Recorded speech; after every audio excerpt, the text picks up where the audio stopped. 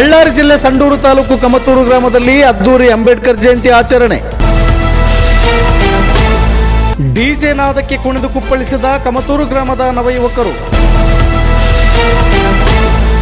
S ವೀಕ್ಷಕರೇ, ಬಳ್ಳಾರಿ ಜಿಲ್ಲೆ ಸಂಡೂರು ತಾಲೂಕು ಕಮತೂರು ಗ್ರಾಮದಲ್ಲಿ ಡಾಕ್ಟರ್ ಬಾಬಾ ಸಾಹೇಬ್ ಅಂಬೇಡ್ಕರ್ ಅವರ 134ನೇ ಜಯಂತ್ಯೋತ್ಸವವು ಅದ್ದೂರಿಯಾಗಿ ನಡೆದಿದ್ದು, ಈ ಸಂದರ್ಭದಲ್ಲಿ ದಲಿತ ನಾಯಕರುಗಳು ಮಾತನಾಡಿ, ಜಯಂತಿಯಲ್ಲಿ ಡಿಜೆ ನಾದಕ್ಕೆ ಕುಣಿದು ಕುಪ್ಪಳಿಸುವುದಕ್ಕಿಂತ ಬಾಬಾ ಸಾಹೇಬರ ಆದರ್ಶಗಳನ್ನು ಮತ್ತು ಅವರ ತತ್ವ ಸಿದ್ಧಾಂತಗಳನ್ನು ಮೈಗೂಡಿಸಿಕೊಂಡು ಸಮಾಜಕ್ಕೆ ಉತ್ತಮ ಸಂದೇಶ ನೀಡುವಂತಹ ಕೆಲಸ ಮಾಡಬೇಕಿದೆ ಎಂದು ಸಲಹೆ ನೀಡಿದರು.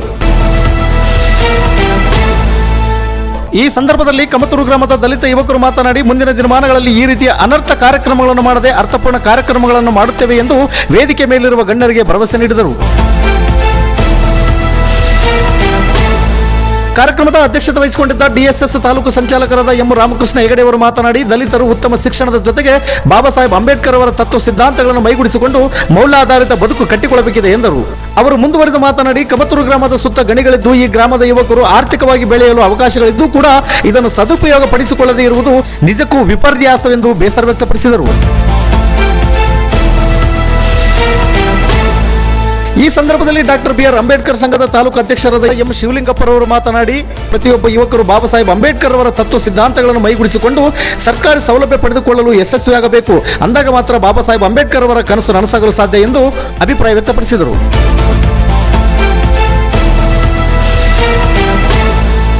ಈ ಸಂದರ್ಭದಲ್ಲಿ ದೇವಗಿರಿ ಗ್ರಾಮ ಪಂಚಾಯತಿ ಅಧ್ಯಕ್ಷರಾದ ಶ್ರೀಮತಿ ಪ್ರತಿಭಾರವರು ಹಾಗೂ ಗ್ರಾಮದ ಹಿರಿಯ ಮುಖಂಡರು ಸೇರಿದಂತೆ ಮಹಿಳೆಯರು, ಮಕ್ಕಳು ಹಾಗೂ ಸಮಿತಿಯ ಯುವಕರು ಉಪಸ್ಥಿತರಿದ್ದರು.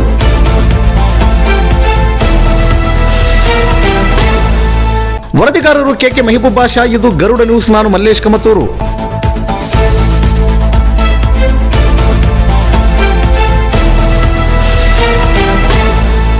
ಕಾರ್ಯಗಳಲ್ಲಿ ಬದಲಾವಣೆ ಆದ ಆ ನಿಟ್ಟಿನಾಗ ನಾವು ಕೂಡ ಇಲ್ಲಿರ್ತಕ್ಕಂಥ ಯುವಕರೇನು ವಿಶೇಷವಾಗಿ ಎಜುಕೇಶನ್ ಮಾಡಿರ್ತಕ್ಕಂಥವ್ರು, ಎಲ್ಲರೂ ಕೂಡ BA ಮಾಡಿರ್ತಕ್ಕಂಥವ್ರು, ನಾವೇನಾದ್ರೂ ಒಂದು ಬದಲಾವಣೆ ಆಗ್ಬೇಕಲ್ಲ. ಕೃಷ್ಣಪ್ಪನವರ ಒಂದು ಆದರ್ಶಗಳನ್ನ ನಾವು ನಮ್ಮ ಜೀವನದಲ್ಲಿ ಅಳವಡಿಸ್ಕೋಬೇಕಲ್ಲ. ಯಾರು ಈ ರೀತಿಯಾಗಿ ಆಲೋಚನೆ ಮಾಡಿ ನಾವು ಡೆವಲಪ್ಮೆಂಟ್ ಆಗ್ಬೇಕಾಗ್ತದೆ.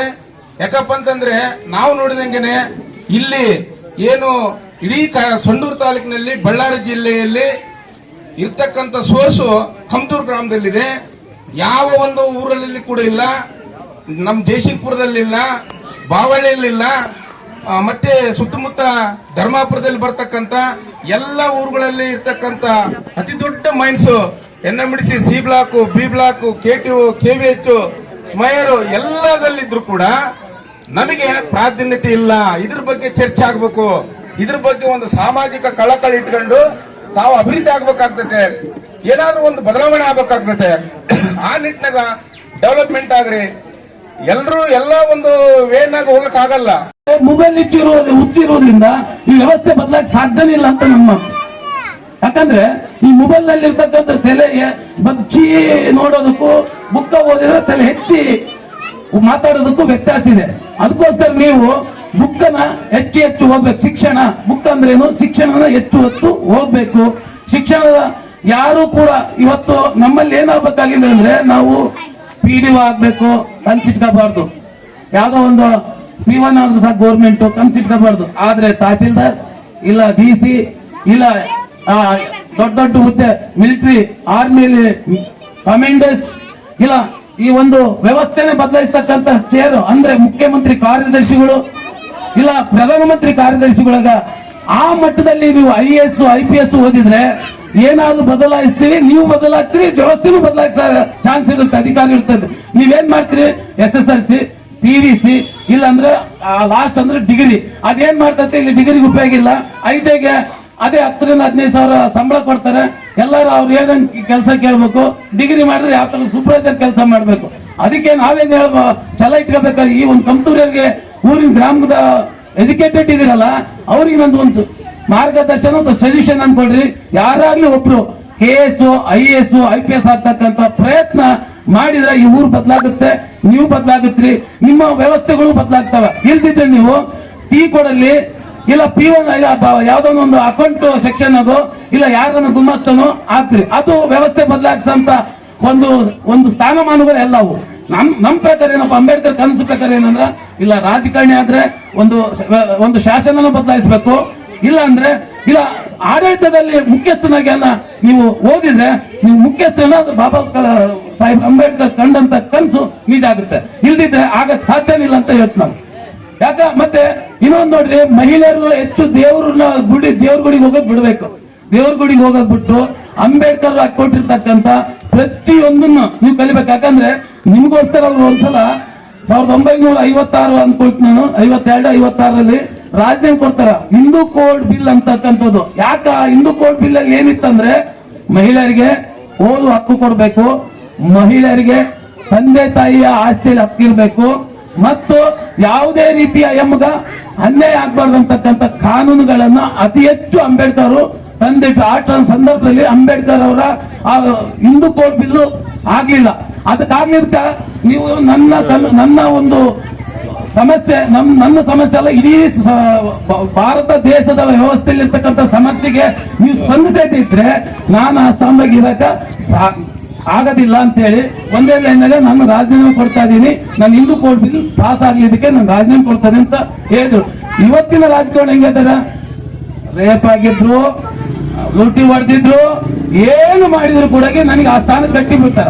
ಅಂತ ವ್ಯವಸ್ಥೆ ಇವತ್ತು ಬಂದಿದೆ. ಅದಕ್ಕೆ ನಾವು ಅಂಬೇಡ್ಕರ್ ಅವರ ಕನಸನ್ನ ನನ್ಸ್ ಮಾಡ್ಬೇಕಾದ್ರೆ ಅಂಬೇಡ್ಕರ್ ಅವರ ಪ್ರತಿಯೊಂದನ್ನ ನೀವು ಅಬ್ಸರ್ವ್ ಧಾರವಾಹಿ ನೋಡಿ ಸಾಕು. ಬಾಬಾ ಸಾಹೇಬ್ರದ್ದು ಒಂದು ದೊಡ್ಡ ಗುಣ ಏನ್ ಗೊತ್ತಾ, ನಾನು ಅವರಲ್ಲಿ ಅಬ್ಸರ್ವ್ ಮಾಡಿದ್ದೀನಿ. ಎಷ್ಟು ಜನ ಅವ್ರಿಗೆ ಮೋಸ ಮಾಡ್ತಾರೆ, ಎಷ್ಟು ಜನ ಹೊಡಿತಾರೆ. ಅವ್ರಿಗೆ ಏನನ್ನ ಕಷ್ಟ ಆಯ್ತಂದ್ರೆ ಹೊಡೆದಿರೋದಾಗಿರ್ಲಿ, ಮೋಸ ಮಾಡಿರೋದಿರ್ಲಿ, ವಿರೋಧಿಗಳಿರ್ಲಿ, ಅವ್ರನ್ನ ಬೆಂಬಲಿಸ್ತಕ್ಕಂಥ ವ್ಯಕ್ತಿತ್ವ ಬಾಬಾ ಸಾಹೇಬ್ ಅಂಬೇಡ್ಕರ್ಗಿತ್ತು. ಆ ಗುಣಗಳು ನಮ್ಮಲ್ಲಿ ಬರ್ಬೇಕಂತಕ್ಕಂಥದ್ದು ಈ ಸಂದರ್ಭದಲ್ಲಿ ನಾನು ಹೇಳಕ್ ಇಷ್ಟಪಡ್ತೀನಿ. ಯಾಕಂದ್ರೆ ಅವ್ರಿಗೆ ನೋಡಿ ಧಾರವಾಹಿ ನೋಡಿದ್ರೆ ಅರ್ಥ ಆಗುತ್ತೆ. ಅವರು ಎಷ್ಟು ಬೇರೆ ವರ್ಗದ ಹೆಂಗಿದ್ರು, ಅವ್ರ ವರ್ಗದ ಜಾತಿ ಬೇರೆ ವರ್ಗದವರಾಗಿದ್ರು ಕೂಡ ಅವರಿಗೆ ಅಂಬೇಡ್ಕರ್ ಅವ್ರಿಗೆ ಎಷ್ಟೋ ಮೋಸ ಮಾಡ್ತಾರೆ, ಎಷ್ಟು ಹಿಂಸೆ ಕೊಟ್ಟರು ಕೂಡ ಆತಗೊಂದ್ಸಲ ಅನ್ಯಾಯ ಆದಾಗ ಆತ ಬೆಂಬಲಕ್ಕೆ ನಿಂತಿರ್ತಕ್ಕಂಥ ಗುಣ ಐತಲ್ಲ, ಅದು ಆ ದೊಡ್ಡ ಗುಣ ಯಾರಿಗೆ ಬರಕ್ ಸಾಧ್ಯ ಇಲ್ಲ. ಅಂತ ಗುಣವಂತರು ನಾವು, ಅಂತ ಗುಣವಂತ ವಂಶಸ್ಥರು ನಾವು ಕೂಡ ಆ ಗುಣಗಳು ಬೆಳೆಸ್ಕೊಳ್ಳೋದ್ರ ಜೊತೆಗೆ ಈ ಸಮಾಜನ ಬೆಳಕಿಗೆ ಒಂದು ಉದ್ಧಾರ ಮಾಡ್ತಕ್ಕಂಥ ಬೆಳವಣಿಗೆ ವ್ಯವಸ್ಥೆನ ಒಂದು ಬದಲಾಯಿಸ್ತಕ್ಕಂಥ ಯುವಕರು ನೀವು ಆಗ್ಬೇಕಂತ ಹೇಳ್ತಾ ನನ್ನ ಮಾತನ್ನು ಮುಗಿಸ್ತಾ ಇದ್ದೀನಿ. ಜೈ ಭೀಮ್, ಜೈ ಭಾರತ್ ಮಾತೆ, ಜೈ ಅಂಬೇಡ್ಕರ್, ಜೈ ಸಂವಿಧಾನ. ಮೊಬೈಲ್ ಅನ್ನ ನೋಡಿದರೆ ನಿಮಗೆ ತಲೆ ಬಗ್ಗಿಸುವಂತ ಕೆಲಸ ಮಾಡುತ್ತದೆ, ಪುಸ್ತಕವನ್ನು ಓದಿದರೆ ನಿಮಗೆ ತಲೆ ಎತ್ತಿ ತಿರುಗುವಂತ ಕೆಲಸ ಮಾಡುತ್ತದೆ. ಅದು ಬಾಬಾ ಸಾಹೇಬರ ಕನಸು ಶಿಕ್ಷಣ. ಈ ಶಿಕ್ಷಣವನ್ನು ನೀವು ಎತ್ತಿಕೊಂಡು ಹೋರಾಡಬೇಕೆಂದು ಬಹಳ ಅಚ್ಚುಕಟ್ಟಾಗಿ ಹೇಳಿರ್ತಕ್ಕಂಥ ಶಿವಲಿಂಗಣ್ಣವರಿಗೆ ಧನ್ಯವಾದಗಳು. ಇವತ್ತು ದಿನಾಂಕ 27/4/25ರಲ್ಲಿ ಈ ಕಾರ್ಯಕ್ರಮವನ್ನು ನಡೆಸಬೇಕಂತೇಳಿ ನನ್ನ ಗ್ರಾಮದ ಎಲ್ಲ ಯುವಕರು ನಮ್ಮಲ್ಲಿ ಕೇಳಿಕೊಂಡ್ರು. ಅವರು ಕೇಳಿಕೊಳ್ಳುವಂಥ ರೀತಿಯಲ್ಲಿ ನಾವು ಇವತ್ತು ಆ ಕಾರ್ಯವನ್ನು ಸಾಗಿಸಲು ನಮಗೆ ಸಹಾಯ ಮಾಡ್ತಕ್ಕಂಥ ಎಲ್ಲ ನನ್ನ ಗ್ರಾಮದ ಮುಖಂಡರಿಗೂ, ನನ್ನ ಎಲ್ಲ ಅಣ್ಣ ತಮ್ಮಂದಿರಿಗೂ ನಾನು ಧನ್ಯವಾದಗಳನ್ನು ತಿಳಿಸ್ತಾ ಇದ್ದೇನೆ. ನಾವು ಇವತ್ತು ಮಾಡಿರ್ತಕ್ಕಂಥ ತಪ್ಪುಗಳನ್ನು ನಾವು ತಿದ್ದುಕೊಳ್ಬೇಕು. ನಮ್ಮ ಗ್ರಾಮದಲ್ಲಿ ಇರ್ತಕ್ಕಂಥ ಎಲ್ಲ ಯುವಕರು, ವಿಶೇಷವಾಗಿ ದೊಡ್ಡವರು ಏನ್ ಹೇಳ್ತಾರೋ ಅದನ್ನು ಪಾಲಿಸುವಂತ ಮನಸ್ಸು ನಮ್ಮಲ್ಲಿ ಇರ್ತಕ್ಕಂಥ ಯುವಕರಿಗೆ ಬರಬೇಕಂತೇಳಿ ನಾನು ನಿಮ್ಮಲ್ಲಿ ಕೇಳ್ಕೊಳ್ತಾ ಇದ್ದೆ. ಇವತ್ತು 2 ತಾಸು 3 ತಾಸು ನಾವು ಕುಣಿದು ಕುಪ್ಪಳಿಸಿರ್ಬೋದು, ಆದರೆ ಈ 2 ತಾಸು 3 ತಾಸು ತನ್ನ ಜೀವನದಲ್ಲೇ ಸುಖವಾಗಿ ತಿಂದು ಬದುಕುವಂತ ರೀತಿಯಲ್ಲಿ ಪುಸ್ತಕಗಳನ್ನು ನಾವು ಕೊಡಬೇಕಾಗಿತ್ತು. ಆದ್ರೆ ನಾವು ಆ ಕೆಲಸ ಮಾಡಿಲ್ಲ. ಅದು ನಮ್ಮಿಂದ ತಪ್ಪಾಗಿದೆ ಎಂದು ನಾನು ನಿಮ್ಮಲ್ಲಿ ಕ್ಷಮೆ ಯಾಚಿಸ್ತಾ ಇದ್ದೇನೆ ಬ್ರದರ್. ಮುಂದಿನ ದಿನಗಳಲ್ಲಿ ಈ ತರ ಆಗ್ಲಾರ್ದ ರೀತಿಯಲ್ಲಿ ನಾವು ನೋಡಿಕೊಳ್ತೀವಿ ಎಂದು ನಾನು ನಿಮ್ಮಲ್ಲಿ ಕೇಳಿಕೊಳ್ತಾ ಇದ್ದೇನೆ. ಇಷ್ಟು ಹೇಳಿದ್ರೆ ನನ್ನ ಮಾತುಗಳನ್ನು ನಾನು ಮುಗಿಸ್ತಾ ಇದ್ದೇನೆ. ಏನಾದರೂ ತಪ್ಪಾಗಿದ್ರೆ